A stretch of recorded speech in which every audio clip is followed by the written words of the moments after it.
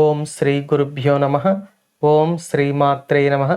శ్రీ లలితా సహస్రనామ స్తోత్రంలోని 973వ నామంగా అమ్మవారు శుద్ధ మానస అని కీర్తించబడుతున్నారు. ఈ నామానికి మంత్రస్వరూపం శ్రీ శుద్ధ మానసాయై నమః. ఈ నామాన్ని పరిశీలిస్తే అమ్మవారు శుద్ధమైన మనసును కలిగి ఉంటారు అని మనకు అర్థం అవుతుంది.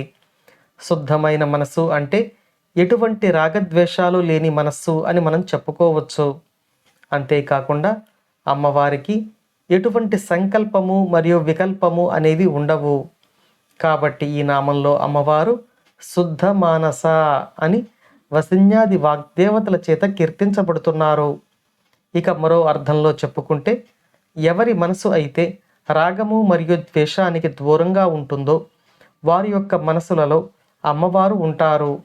కాబట్టి శుద్ధమైన మనసులలో నివాసం ఉండే తల్లి శుద్ధ మానస అని వసిన్యాది వాగ్దేవతలు తెలియచేస్తున్నారు.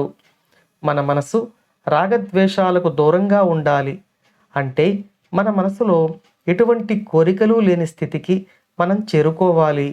కోరికలు లేని మనసులోనే ఏదైనా పొందాలనే అభిప్రాయం కానీ, పొందలేకపోతే బాధపడడం కానీ, ఆ వస్తువుని ఇదివరకే పొందిన వారి పట్ల ద్వేషము కానీ ఉండవు. అటువంటి వారి మనసులలో అమ్మవారు కొలువై ఉంటారు అని ఈ నామం మనకు తెలియచేస్తుంది. ఇక మరో అర్థంలో చెప్పుకుంటే, మన యొక్క మనస్సు జాగృత్, స్వప్న, సుషుప్తి అనే 3 దశలను దాటి తురీయావస్థకు చేరినప్పుడు మాత్రమే మన మనస్సు రాగద్వేషాలకు అతీతంగా ఉంటుంది. సంకల్ప వికల్పాలకు అతీతంగా ఉంటుంది.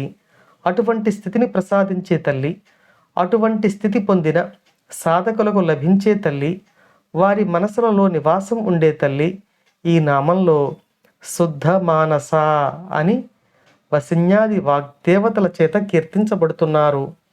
అమ్మవారి పాదపద్మములు మనలను ఎల్లవేళలా రక్షించాలని కోరుకుంటూ ఓం శ్రీమాత్రే నమః.